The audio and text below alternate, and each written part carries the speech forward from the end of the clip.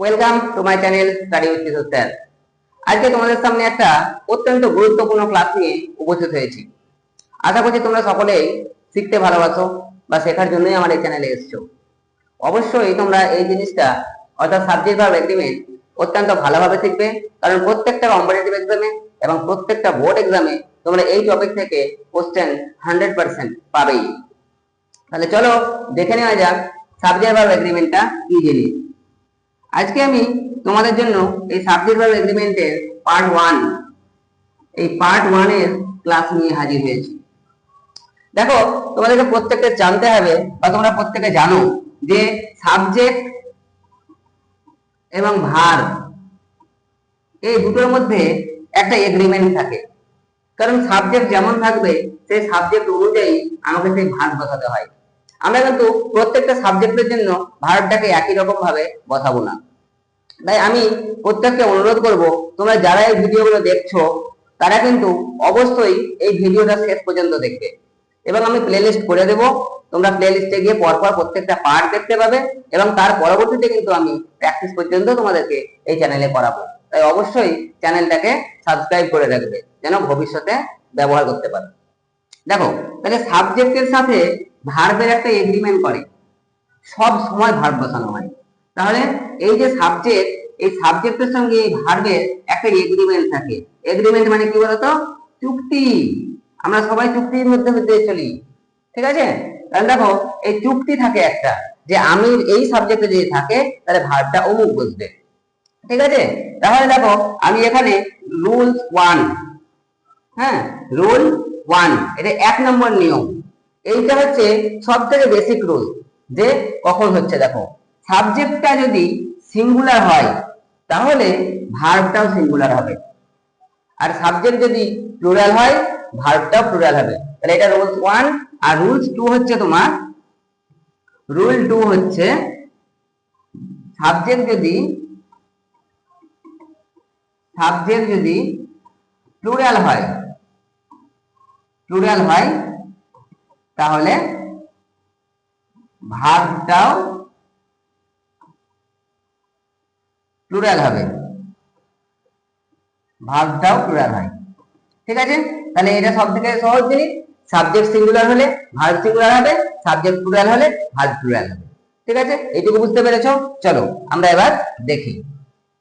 দেখো, আমরা জানি এই বি ভার্বের কিন্তু বেশ কয়েকটা ফর্ম আছে।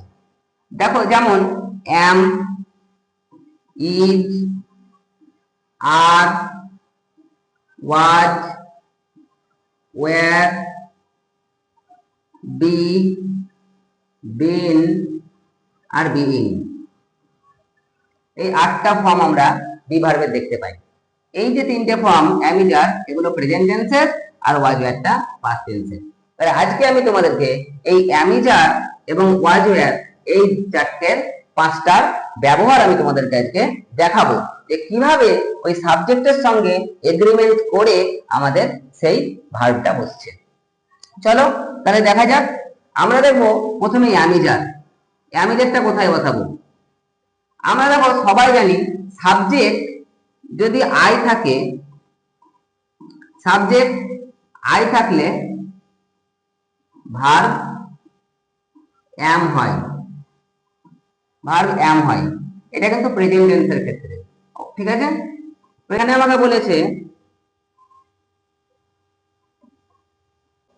আমাকে বলেছে সাবজেক্ট কি আছে? আই আছে।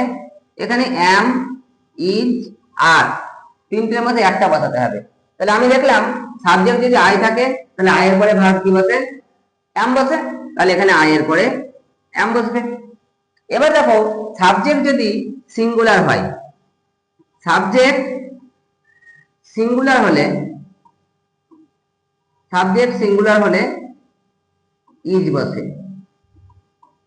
ইজ বসে, আর পাস্ট টেন্সে ওয়াজ বসে, ঠিক আছে? দেখো, এখানে বলেছে হি ড্যাশ এ স্টুডেন্ট, সে একটা ছাত্র, ঠিক আছে? দেখো, যদি এখানে অ্যামিজার থাকে তাহলে আমাকে যেহেতু এখানে হি হি বলতে পারে আমরা বুঝি সে, সে যেহেতু এটা সিঙ্গুলার নাম্বার সেই জন্য আমাকে এখানে ইজ বসাতে হবে প্রেজেন্ট টেন্সে। যদি দেখি ওখানে ওয়াজ ওয়্যার আছে তাহলে পরে ওয়াজ ওয়্যারে বসাবো। আমি ওয়াজ ওয়্যারের ব্যবহারে পরে আসছি। হ্যাঁ, আগে দেখো আমি যাদের ব্যবহারটাই। তাহলে দেখো এখানে হিটা সিঙ্গুলার নাম্বার সেই জন্য এখানে ইজ বসছে। তাহলে যখন সিঙ্গুলার থাকবে ভার্বটাও সিঙ্গুলার হবে। ঠিক আছে, এই যে দেখো এখানে দে, দে মানে তাহারা। এখানে আমরা দেখতে পাচ্ছি সাবজেক্ট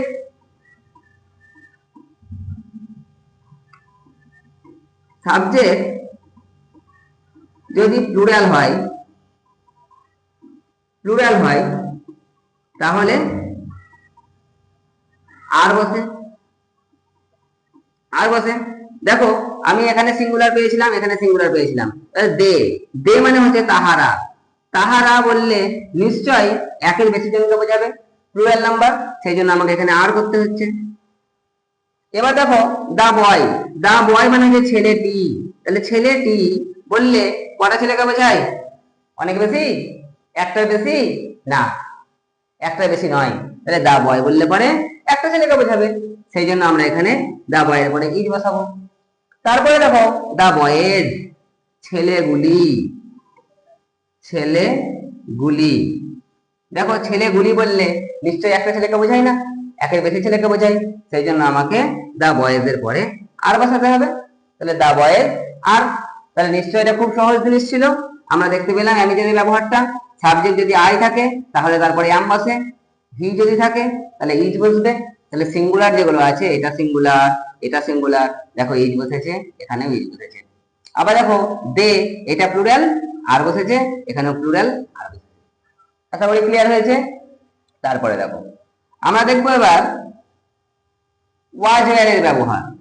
ওয়াজ ওয়্যারটা কখন বসে? ওয়াজ ওয়্যার দেখো সাবজেক্ট যদি সিঙ্গুলার হয়, সিঙ্গুলার হয় তাহলে তারপর ওয়াজ বসে, আর প্লুরাল হলে ওয়্যার বসে। এখানে দেখো দা গার্ল, দা গার্ল মানে নিশ্চয়ই মেয়েটি। তাহলে মেয়েটি বোঝালে কটা মেয়েকে বোঝায় বলো তো দেখি? মেয়েটি বললে একটা মেয়েকে বোঝায়, সেই জন্য আমাকে এখানে ওয়াজ করতে হবে। হয়েছে? তারপরে দেখো দা গার্লস, এখানে বলেছে মেয়েগুলি, তাহলে মেয়েগুলি বোঝালে কটা মেয়েকে বোঝাবে? নিশ্চয়ই একটা নয়, একের বেশি। মেয়েগুলি বলেছি আমি, তাই জন্য এখানে আমাকে ওয়াজের পরিবর্তে ওয়্যার বসবে। তাহলে এটা হচ্ছে ওয়াজ ওয়্যারের ব্যবহার। তারপরে চলো আরেকটা নিয়ে এসেছি আমি, হ্যাভ হ্যাজ এর ব্যবহার। তাহলে তোমাদের শিখতে কেমন লাগছে তোমরা অবশ্যই কিন্তু আমাকে কমেন্ট সেকশনে জানাবে। দেখো হ্যাভ হ্যাজ এর ব্যবহার, এখানে কিন্তু একটা জিনিস আমাদেরকে নোট করতে হবে। কি? সাবজেক্ট যদি থার্ড পারসন সিঙ্গুলার নাম্বার হয়, থার্ড পারসন সিঙ্গুলার নাম্বার হয়, তাহলে তারপর হ্যাজ বসে, তাহলে তারপর হ্যাজ বসে, আর বাকি সব জায়গায় হ্যাভ বসে। খুবই সহজ নিয়ম, এটা একটা নোট, এই নোটটা তোমরা অবশ্যই নোট করে রাখবে। যে সাবজেক্ট যদি থার্ড পারসন সিঙ্গুলার নাম্বার হয় তাহলে আমরা দেখবো তারপরে হ্যাজ বসছে আর বাকি সব জায়গায় হ্যাভ বসবে। এবার তোমাদের একটা প্রশ্ন থাকতে পারে, sir third person singular number চিনবো কি করে? সেই জন্য আমরা চলো একটু দেখে নেই।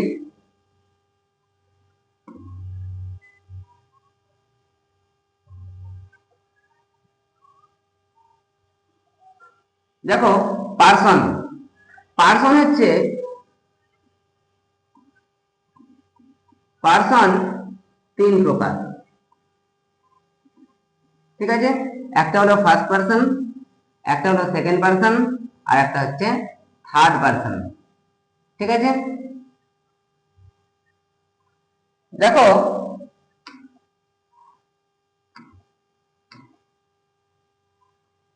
পারসন তিন প্রকার। পার্সন কয় প্রকার? তিন প্রকার। একটা হলো ফার্স্ট পার্সন, আর একটা হচ্ছে সেকেন্ড পার্সন, আর একটা হলো থার্ড পার্সন। Third person. এবার দেখো, ফার্স্ট পার্সনের মধ্যে আছে আই আর উই, সেকেন্ড পার্সনে আছে ইউ, আর বাকি সব নাউন ও প্রোনাউন হলো থার্ড পার্সন। Third person. তাহলে পরে আমাদের আর কোনো সমস্যা থাকলো না। দেখো এবার কি বললাম, তাহলে আমি তোমাদেরকে যে জিনিসটা আমি বললাম সেই জিনিসটা এবার আমরা বুঝতে পারবো। এখানে বলেছি হ্যাভ হ্যাজ এর ব্যবহার। তাহলে হ্যাভ হ্যাজ এর ক্ষেত্রে আমি বললাম থার্ড পার্সন সিঙ্গুলার নাম্বার থাকলে আমাকে হ্যাজ বসাতে হবে, আর বাকি সব জায়গায় হ্যাভ বসবে। তাহলে থার্ড পার্সন সিঙ্গুলার যদি হয় তাহলে হ্যাজ, এটা মনে রাখবো আমরা, তাহলে বাকি হয়ে যাবে। দেখো আই, আইটা কোন পার্সন হচ্ছে? আমার ফার্স্ট পার্সন, সেই জন্য আই এর পরে হ্যাভ বসবে। ইউ, ইউটা দেখো ভালো করে, সেকেন্ড পার্সন আছে, তাহলে সেকেন্ড পার্সনের পরে কি বসে? হ্যাভ বসে। দেখো হি, তাহলে হিটা ফার্স্ট পার্সন সেকেন্ড পার্সন আমার থার্ড পার্সন, তাহলে হি বললে আমরা বুঝি সে। সে বললে কটা জনকে বোঝায়, মানে কজনকে বোঝায়? একজনকে বোঝায়। তাহলে হি মানে সে, এটা দেখো থার্ড পার্সন সিঙ্গুলার নাম্বার, সেই জন্য আমাকে এখানে হি এর পরে হ্যাজ বসাতে হবে। তারপরে দেখো দে, দে মানে তাহারা। দেখো এটা ফার্স্ট পার্সন সেকেন্ড পার্সন নয়, মানে এটা থার্ড পার্সন। এবার থার্ড পার্সন কিন্তু দেখো যে তাহারা, তাহারা মানে একজন না একের বেশি? অবশ্যই একের বেশি, সেই জন্য আমাকে এখানে দে এর পরে হ্যাভ বসবে। তারপরে দেখো দা ম্যান, দা ম্যান বললে কটা মানুষকে বোঝায়? মানুষটি একটা মানুষ, সেই জন্য এখানে আমাকে হ্যাজ বসাতে হচ্ছে, কারণ এটা থার্ড পার্সন সিঙ্গুলার নাম্বার। তারপরে দেখো এটা বয়েজ, দা বয়েজ মানে ছেলেগুলি একের বেশি, থার্ড পার্সন প্লুরাল নাম্বার, সেই জন্য আমাদের এখানে হ্যাভ বসছে। ঠিক আছে, আশা করছি তোমরা শিখতে পেরেছো। ভালো লাগছে ক্লাসগুলো, তোমরা সবাই লাইক শেয়ার সাবস্ক্রাইব করবে। আর এর পরবর্তীতে কিন্তু অ্যাডভান্স লেভেলের ক্লাস আসবে, ওইটার জন্য তোমরা অপেক্ষায় থাকো, তোমরা অবশ্যই পেয়ে যাবে।